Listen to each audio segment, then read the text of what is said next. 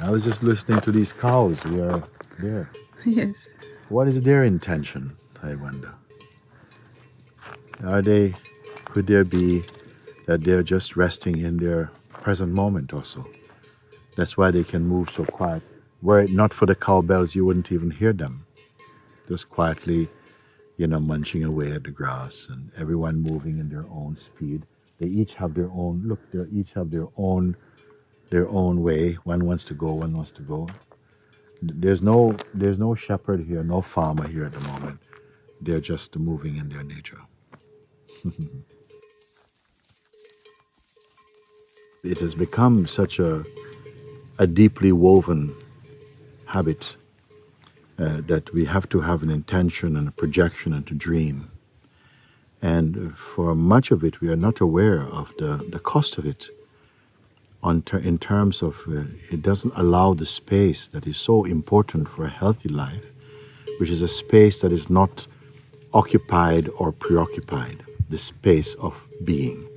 And the space of being is the most important for your physical well-being, physical health, emotional health, spiritual health.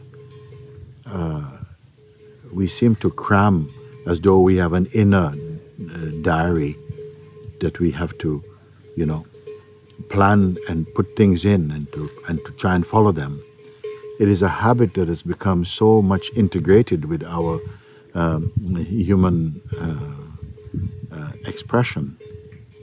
And yet I see how much it robs us of peace and of the space to appreciate the silence that is very much at the very core of true and healthy existence. When we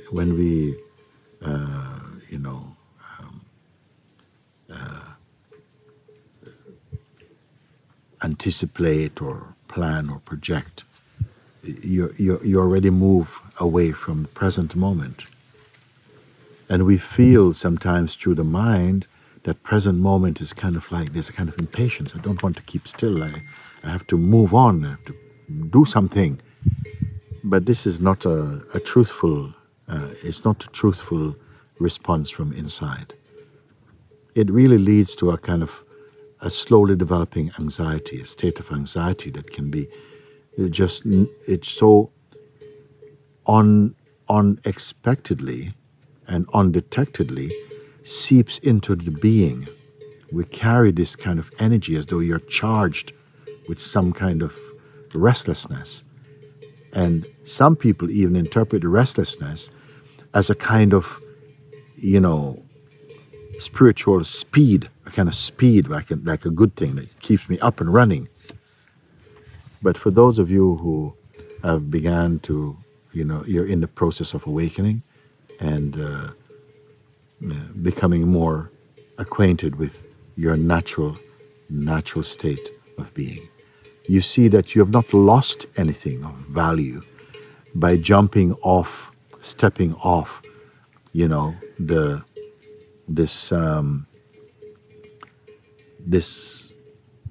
this fast lane.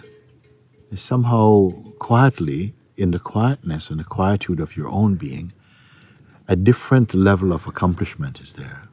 An accomplishment of stability and peace and clarity of mind and purity of thought and purity of presence begins to emerge within you. Isn't that a wonderful thing?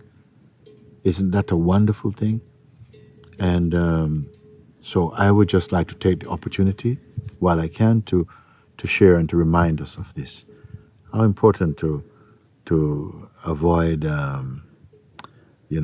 what did I use the word? It was intention. Intention, too much intention. Yes. In fact, intention creates inner tension. It's because it's always, the being cannot rest. Just like we go to bed in the night and we take rest. We take unconscious rest. It is also important to have conscious rest also, which you are aware of yourself beyond the functioning of what I'd call the instrumental self, the terrestrial being, the earthly nature, you see. Integrate that with the deeper consciousness.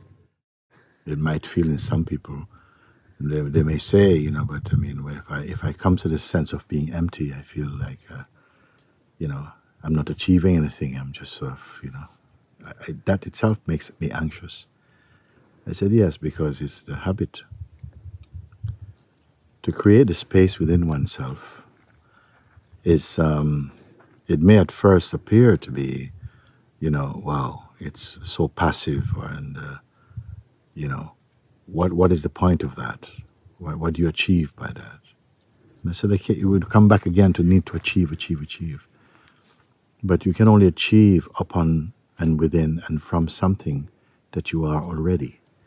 And I think it's important to look into what are you already. Before you pick up something, what are you? Are you incomplete or you see?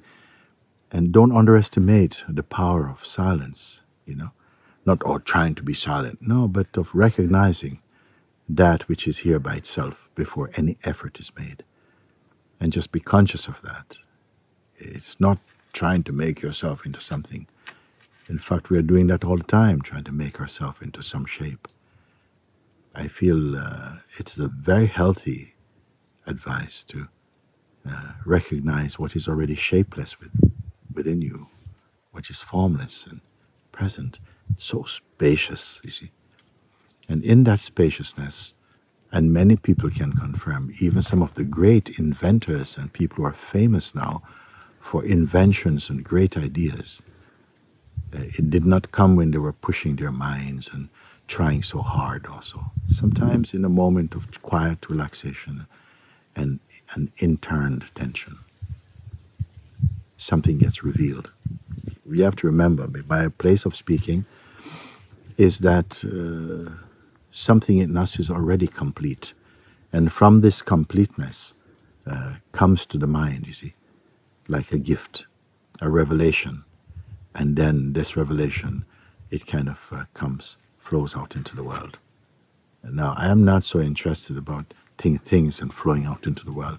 Just saying within your own self, to come to that beautiful,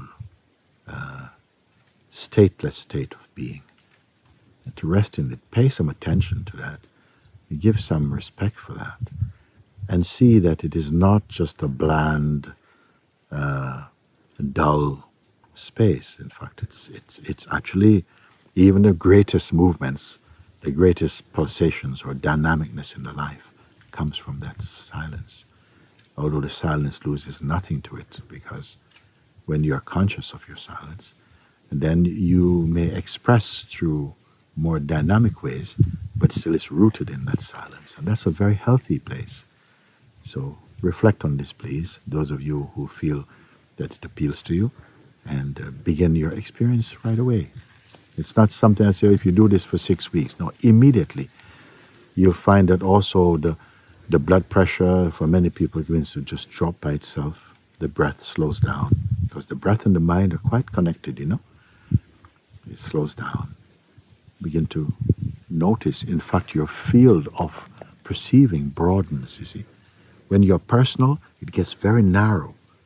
When you're in your heart again, it becomes very open. Don't be afraid of this openness. Can anything be more open than God? So when you're in your openness, you're in your God field again. And I cannot try to describe what it is like, you see. Serene, happy, all-encompassing, wise, and peaceful. Thank you.